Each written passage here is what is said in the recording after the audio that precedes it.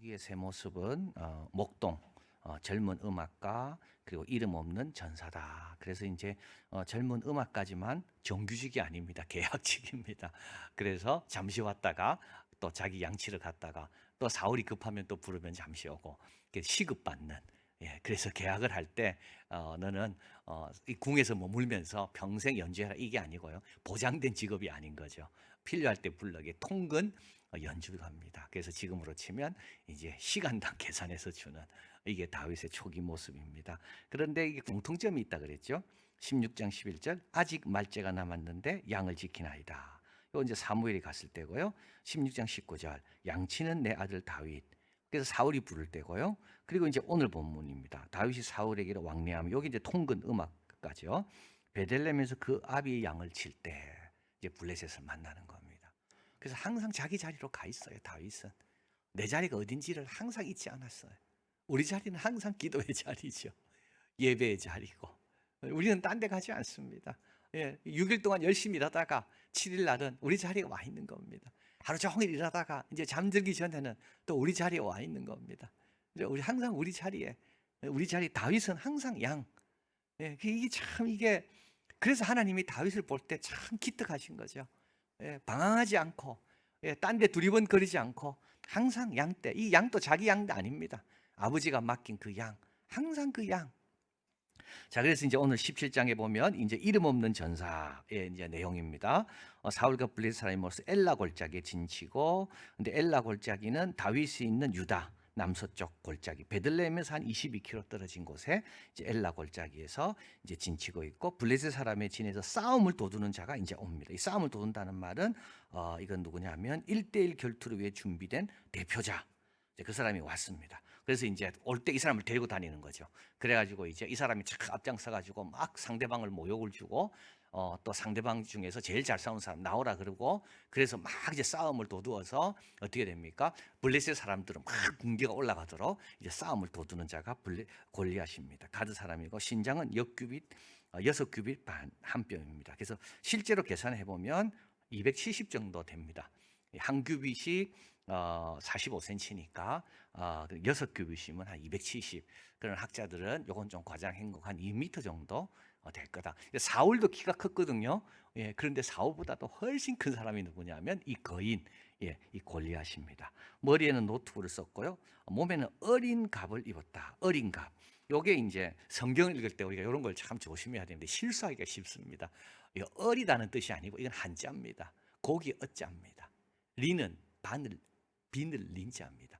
고기 비늘, 물고기 비늘처럼 이 가슴이 딱딱하면 이게 거동이 불편할 거 아닙니까? 비늘 모양으로 세세하게 이렇게 만들어서 움직이기 좋도록. 그래서 이 어린이라는 말은 어리다, children이 아니고요. 한자입니다. 한자, 고기 어자.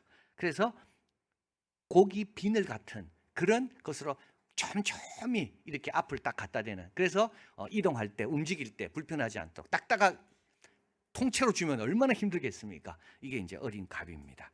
갑옷의 중수가 놋 5,000세겔이며 그러니까 저거들이 한 57kg 정도 되고 다리에도 놋경갑을 찾고 어깨에도 놋단창을 맸고 창자루는 배틀채 같고 이 배틀채라는 것은 우리가 이제 실을 짤 때 이제 하는 채인데 왜 그러냐면 이 창에는 이 던졌다가 다시 이제 창을 가져와야 되잖아요. 여러 번 사용하려고 끈을 달았다 그래요. 그래서 이제 골리앗은 힘이 세기 때문에 그 끈을 이제 묶인 끈을 가지고 던지는 겁니다. 그럼 적을 맞춘 다음에 다시 창으로 끈을 가져옵니다. 그래서 딱 보니까 이제 창이 있고 끈이 달려 있고 그래서 마치 배틀채 같은 이제 그런 모양입니다. 그리고 이제 창날은 철 600세겔이다. 그러니까 한 7kg 정도. 그리고 방패는 자가 앞서 행합니다. 이 방패는 보통 방패의 배가 되는 아주 큰 방패를 뜻합니다. 그러니까 얼마나 참 블레셋 사람들만 철 만들었고 이스라엘은 철이 없다 그랬거든요. 그래서 철이 아주 귀한 이스라엘에게 철로 무장한 덩치도 크고 이런 사람이 딱 앞에 있으니까 얼마나 무섭겠습니까? 그가 가서 이스라엘 군대를 향하여 외쳐가로되 너희가 어찌하여 나와서 항우를 벌려놓느냐? 나는 블레셋 사람이 아니면 너희는 사울의 신복이 아니냐? 너희 한 사람을 택하여 내게로 보내라. 그가 블레셋 사람이 또 가로되 내가 오늘날 이스라엘 군대를 모여갔으니 사람을 보내어 나로 더불어 싸우고 이렇게 40일 동안 계속 이 말하고 있는 겁니다. 자기의 힘을 과시하고 적을 모욕하기 위해서 결투 신청을 지금 하고 있는 거죠. 40일 동안 그러고 있는 겁니다. 그런데 이스라엘은요, 꼼짝 못하고 두려워 벌벌 떨고 도망도 못 가고 싸움도 못하고 지금 이러고 있는 상황입니다. 14절, 다윗은 말제라 장성한 3인은 사울을 쫓았고, 그래서 이제 다윗은 자기 형 가운데 8번째인데 아직 어리다고 생각해서 여기에 나가지 못하고 지금 양을 치고 있었죠. 이새가 다윗에게 이릅니다. 내 형들을 위하여 볶음곡식. 이건 아주 서민 음식입니다. 서민들이 쓰는, 그래서 다윗의 집, 이새의 집은 아주 서민 집이었다는 것을 이게 알게 됩니다. 그리고 형 안부를 살피고 증표를 가져오라. 다윗이 20절입니다. 이제 이때부터 여러분 항상 그렇습니다. 안 나옵니다. 앞에는 다윗 안 나옵니다. 예, 안 나옵니다. 다윗. 그죠? 다윗은 여기에 등장하지 않습니다. 그러다가 이제 다윗이 등장하는데 뭐로 등장하죠? 심부름꾼으로 등장합니다. 이게 참 이게 하나님의 이게 오묘한 섭리입니다. 그러니까 남이 심부름 시킬 때 잘 가야 돼요. 아이고 나는 그런 심부름 할 사람이야. 그럴 게 아니라니까는요. 지금 다윗은 심부름 하다가 골리앗하고 싸우게 된 겁니다. 만약에 다윗이 교만해서 나는 심부름 같은 거 안 합니다. 나는 그랬으면 골리앗 앞에 못 갑니다. 그러니까요, 다윗은요, 하찮은 일로 지금 하찮은 일이 다윗의 매개가 되는 겁니다. 그러니까 이게 하나님이 하시는 일인 겁니다. 이게 다 시험이죠. 이 하찮은 일을 어떻게 하는가? 그걸 잘하면 큰 걸 맡기는 거고요. 그리고 그 작은 하찮은 일에 뭐가 숨겨져 있습니까? 하나님의 인도의 손길이 거기에 숨겨져 있는 겁니다. 이게 하나님 하시는 일이었습니다. 다윗은 이 하찮은 일을 어떻게 합니까? 아침 일찍 일어납니다. 위험하잖아요. 그럼 늦게 가도 되는데 다윗은 아침 일찍 일어납니다. 여러분 아침 일찍 제일 먼저 뭘 해야 될까요? 제일 귀하고 제일 어떻게 보면 첫 시작하는 그 귀한 시간, 그 시간을 어떻게 해야 됩니까? 그 시간을 딴 데 드리기엔 너무 아깝잖아요. 그 시간이. 그 귀한 시간을, 가장 귀한 거를 오늘도 나를 주관하시고 도와주실 그분께 드리는 게 제일 합당한 거 아니겠습니까? 그래서 보면요, 성경에 훌륭한 사람들은 전부 아침 일찍 일어났습니다. 아브라함, 이삭을 바칠 때 아침 일찍 출발합니다. 벌써 여기서 합격입니다. 다 자기 볼 일 다 보고 자기 할 일 다 하고, 그리고 이삭 데리고 늦지막히 가는 게 아닙니다. 야곱, 천사가 이제 오르락내리락 한 걸 봤잖아요. 그리고 그 다음날 아침 일찍 일어나서 기름을 부으면서 제단을 쌓습니다. 우리 지금 살펴보고 있는 시내산 사흘 동안 성벽케 하라 그랬잖아요. 근데 하나님께서 언제 임하시죠? 아침에 임하십니다. 그러니까 밤에 깨어서 다 준비하고 있어야지 그 다음날 내가 하리라 늦습니다. 다윗도요, 아침에 일찍 아버지가 가라 한 거를요 순종하기 위해서 아침에 일찍 나서는 거죠. 자, 그리고 이제 그들과 말할 때 블레셋 사람이 쏘드는 가드사람 골리앗이라 하는 사람이 나오고 전과 같은 말을 하며 다윗은 듣습니다. 이스라엘 모든 사람이 그 사람을 보고 심히 두려워하며 그 앞에서 도망합니다. 25절, 그리고 이제 그를 죽이는 사람에게는 3가지 제물로 부하게 하고 딸을 그에게 주고 아비의 집을 이스라엘 중에서 자유케 한다. 이 말은 이제 징집으로부터 면제되고 세금도 면제되고 이런 큰 상을 주겠다고 합니다. 26절, 이 할례 없는 블레셋 사람이 누구냐? 다윗의 말이 여기서 나옵니다. 도대체 그가 누군데 사시는 하나님의 군대를 못 오가겠느냐? 이스라엘은 전쟁이 하나님과 무관한 것으로 여기고 있습니다. 다윗은 하나님의 통치를 벗어나는 영역은 있을 수 없다는 게 다윗입니다. 여호와 위에 다른 신을 두지 마라. 여러분 애들 공부시킬 때도요, 하나님 위에 다른 신이 있으면 안 돼요. 애 결혼시킬 때 하나님 위에 다른 신이 있으면 안 돼요. 직장 생활할 때.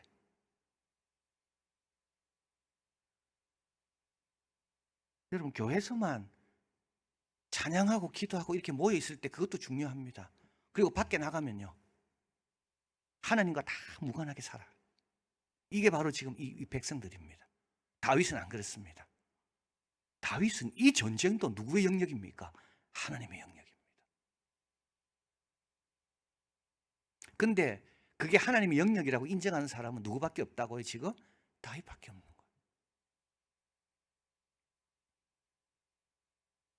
그래서 다윗을 보니까 하나님 마음이 흡족하신 거죠. 그래서 다윗은 양치고 있어도요, 하나님이 다 주목하고 계시는 겁니다. 다윗에게 어떻게 기회를 줄까 보고 계시는 거죠. 블레셋은 이미 하나님이 무서운 손을 경험한 적이 있습니다. 여기에 이제 법궤를 자기들이 이제 가져가서 법궤가 있는 곳마다 막 재앙이 생기고 막 사람이 죽어가고 그러잖아요. 이게 벌벌 떨고 법궤를 결국 돌려보냅니다. 그리고 에베네셀의 하나님, 요거는 뭡니까? 우레를 바라여 블레셋을 어지럽게 하셔서 승리하겠습니다. 요나단과 번기든 자로 인하여 승리하는데 이건 뭡니까? 블레셋 진영에 큰 떨림이 있어서 이런 게 다 있는데도 불구하고 골리앗 앞에만 딱 서면 하나님은 생각이 안 나는 거죠. 28절 장령 엘리압이 다윗이 사람들에게 하는 말을 듣습니다. 다윗에게 노를 바랍니다. 네가 어찌하여 이리로 왔느냐? 들에 있는 몇 양 네게 맡겼느냐? 네 교만과 내 마음이 완악함을 아노니 내가 전쟁을 구경하러 왔도다. 이 교만과 완악함, 요거는 불순종의 특징입니다. 여러분, 불순종의 특징은 교만이고요. 교만해서 말 안 듣죠, 여러분. 뭐 몰라서 말 안 듣습니까? 교만하니까 안 듣는 거예요. 교만하니까 내가 더 위에 있으니까. 그러니까 요셉이 말한 것처럼 내가 하나님을 대신하리까 이래야 되는데 내가 하나님이라니까요. 교만. 그런데다 거기다 뭐까지 있어요? 완악함까지. 이 두 개가 합쳐지면 구제불능입니다. 하나님의 백성은 어떤 사람일까요? 겸손하고 견고합니다. 정반대입니다. 겸손하고 그런데요 견고합니다. 참 견고합니다. 이게 다윗입니다. 다윗은 겸손하고 그리고요 다윗은 견고해요. 겸손한 게 약한 것 같지만 실제로 겸손한 게 제일 강한 겁니다. 자, 그래서 다윗은 형이 말하는 걸 듣고도 모른 척합니다. 형과 싸우지 않습니다. 돌이켜 다른 사람을 향해 전과 같이 말함이 백성이 전과 같이 대답하니라. 지금 다윗은 골리앗하고 지금 싸울 사람이지 형하고 싸울 사람이 아니거든요. 다윗과 요셉의 유사성이 있습니다. 성실합니다. 아버지의 심부름을 최선을 다해 순쟁하죠. 요셉도 그래서 도단까지 가잖아요. 세겜에서 없다니까 도단까지. 요셉은 참 성실해. 그래서 아버지가 좋아하고 그래서 형들이 싫어해. 자기가 자꾸 비교되니까. 다윗도 얼마나 성실합니까? 그리고 그래서 형들의 미움을 받는 이것도 공통점입니다. 형들이 요셉을 언사가 불평하였더라. 형들이 요셉을 싫어하죠. 지금요 이 장형 엘리압도 다윗의 이런 욕망과 용맹과 이런 것들을 오히려 격려해야 되는데 오히려 막 꾸짖고 있습니다. 천하고 낮은 일에 불평 없이 제대로 하지요. 양치는 일 보디발과 또 감옥집에서 요셉은 했습니다. 이게 중요한 믿음의 확장성. 골리앗 앞에서도 바로 앞에서도 믿음의 확장성. 여러분 이걸 놓고 기도해야 돼요. 믿음의 확장성. 저는 참 이번에 아프가니스탄을 보면서 정말 화가 나고 왜 화가 나는가? 안 저래도 되는데 저랬기 때문에 그런 것 같아요. 바이든 대통령이 휴가 있다가 이 사태를 보고 연설을 했거든요. 저는 그 연설을 들으면서 너무 실망해요.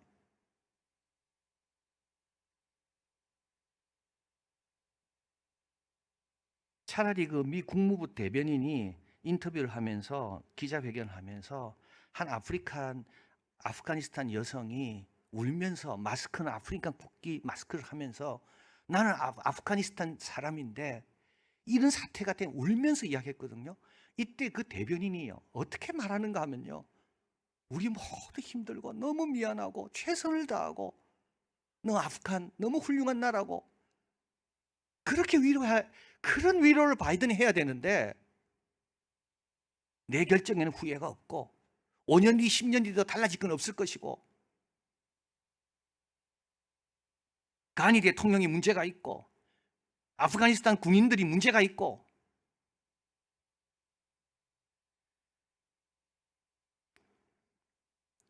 그 여자 시장이 있었습니다. 아프가니스탄의 조그만 도시예요. 그 사람은 인터뷰하고 사라졌습니다. 마지막 인터뷰 이렇게 말했습니다. 내 다음부터 못 볼지 모른다. 그 여자 아마 처형당하 죽었을 거예요. 그리고 그 교육부 장관 여성, 자기 11살 딸이 있는데 그 사람도 지금 카불에 아프가니스탄 탈레반들이 나를 죽이러 오고 있다고. 근데도 안 떠나고 있습니다.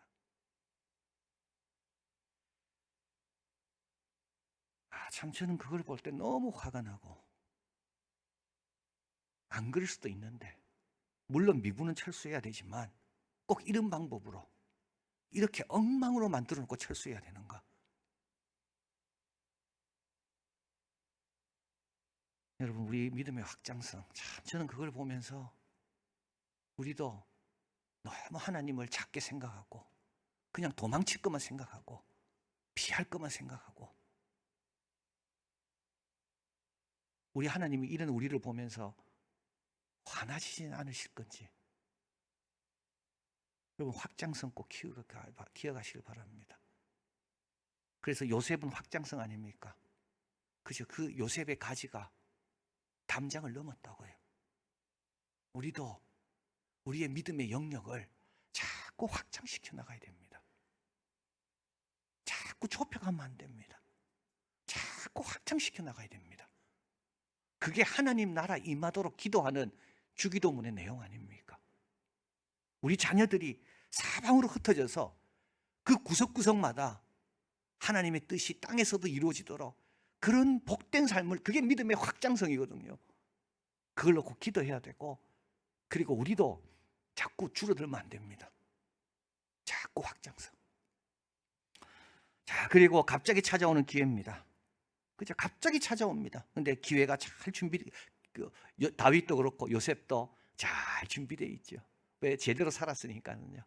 감옥 생활 제대로 했거든요. 보디발의 집에서 제대로 했거든요. 그러니까요, 기회가 딱 찾아왔는데요.